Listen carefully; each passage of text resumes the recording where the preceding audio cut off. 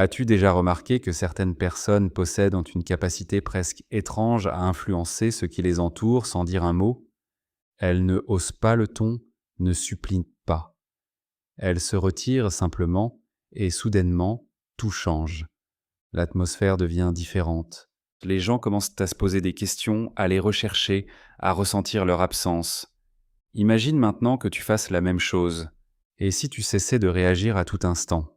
Et si tu choisissais le silence au lieu d'une réponse rapide, la distance plutôt que la confrontation? Que se passerait-il alors? C'est là que réside le pouvoir. Quand tu n'es plus constamment disponible, émotionnellement, physiquement, mentalement, les dynamiques autour de toi s'effondrent. Parce que les gens ont appris à diriger ton comportement en provoquant tes réactions, en comptant sur ton impulsivité et tes réponses prévisibles. Mais dès que tu choisis de te détacher, toute la donne change.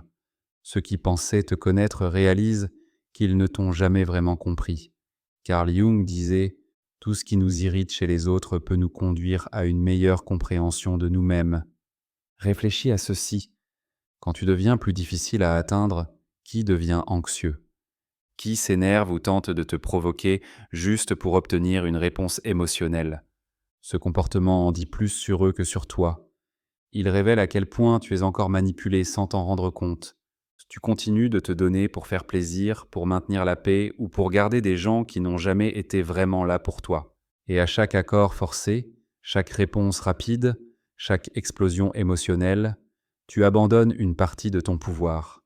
Et à la fin de la journée, que reste-t-il? De la fatigue? De la frustration? Une sorte de vide que tu n'arrives même pas à nommer. Voici pourquoi. Tu es bien trop accessible à des personnes qui ne méritent même pas une seconde de ton silence. Ce message ne parle pas de couper les ponts avec le monde. Il s'agit de te choisir toi-même. Il s'agit de comprendre ce que Jung appelait l'individuation, le chemin vers une identité complète et authentique. Ce chemin commence lorsque tu réalises que le silence peut être plus puissant que 1000 mots, que le retrait, quand il est conscient et intentionnel, est un acte de force. Alors, laisse-moi te redemander, combien de temps laisseras-tu les autres diriger tes émotions? Combien de temps continueras-tu à réagir comme une marionnette à chaque fois que quelqu'un touche une vieille blessure? Il est peut-être temps de couper ces fils, de prendre du recul, d'embrasser le mystère. Car dès que tu cesses d'être constamment disponible, tout change. Tu as appris à toujours être là, à répondre immédiatement, à satisfaire les autres, à dire oui même quand ton âme criait non. Depuis l'enfance, on t'a conditionné à croire que ta valeur dépend de ta disponibilité pour les autres. Mais voici une vérité rarement dite aussi clairement. Cette accessibilité permanente n'est pas une qualité, c'est un piège. Tant que tu penses devoir être émotionnellement ou physiquement présent tout le temps, tu continueras d'être utilisé, vidé, puis rejeté dès que tu ne serviras plus à rien. Pourquoi? Parce que ce qui est toujours là devient prévisible, et ce qui est prévisible devient un outil. Tu deviens la source de réconfort, de validation, d'apaisement, jusqu'à ce que l'on n'ait plus besoin de toi. Et ensuite, on t'oublie, mais tu ne le vois pas. Tu restes enfermé dans la croyance fausse qu'être là pour tout le monde signifie que quelqu'un sera là pour toi. Mais la réalité ne fonctionne pas ainsi. Carl Jung parlait de la persona, ce masque que nous portons pour être acceptés et aimés. C'est ce masque qui te garde trop présent. Tu fais semblant que tout va bien alors que ce n'est pas le cas. Tu réponds à des messages alors que tu es complètement vidé. Tu expliques, justifies, te défends, comme si tu devais au monde une raison d'exister.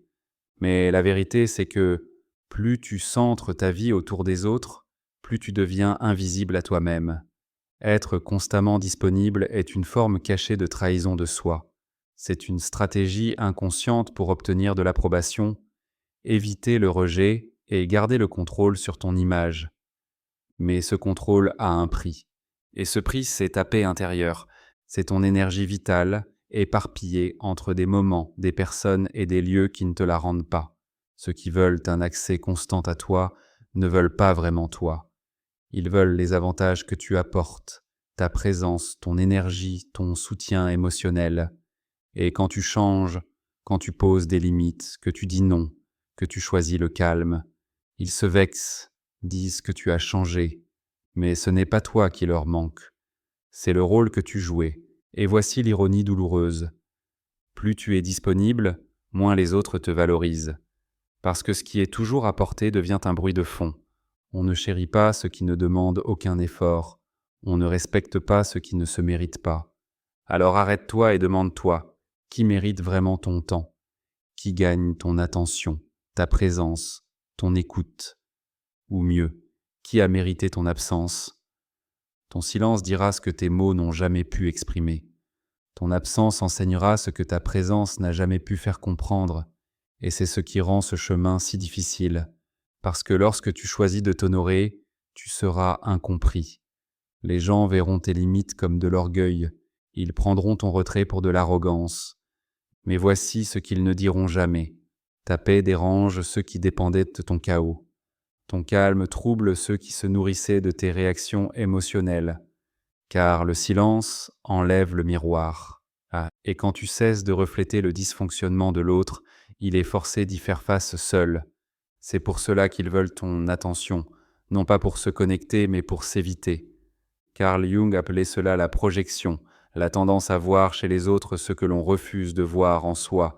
Ton silence ne fait pas que protéger ton énergie, il révèle celle des autres. Tu sors du rôle qu'on t'avait attribué et soudain ils doivent affronter leur propre histoire. Et beaucoup n'en sont pas capables. Ils tenteront de te ramener par la culpabilité, la honte, les provocations ou le besoin. Ne tombe pas dans le piège. Tu ne dois aucune explication pour préserver ta paix. Tu n'as pas à justifier ta valeur. Tu n'as pas besoin d'être visible pour être précieux.